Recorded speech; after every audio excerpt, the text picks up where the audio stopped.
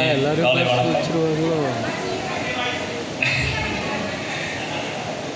எல்லோரும் ரொம்ப என்ஜாய்மெண்ட் பண்ணிட்டு இருக்கீங்க, ரொம்ப ஹாப்பியாக இருக்கீங்க, செமையாக என்டர்டெயின்மெண்ட் போயிட்டுருக்கு. பட் எல்லாரும் சொல்கிற மாதிரி நடுவில் ஏறுற அந்த கௌஷிக் அப்படின்ற மாதிரி தான் நானும் வந்து நிற்கிறேன். பட் மிகப்பெரிய ஒரு பாராட்டு, ஊழியர்களுக்கான ஒரு பாராட்டு. இது சாதாரண விஷயம் அல்ல.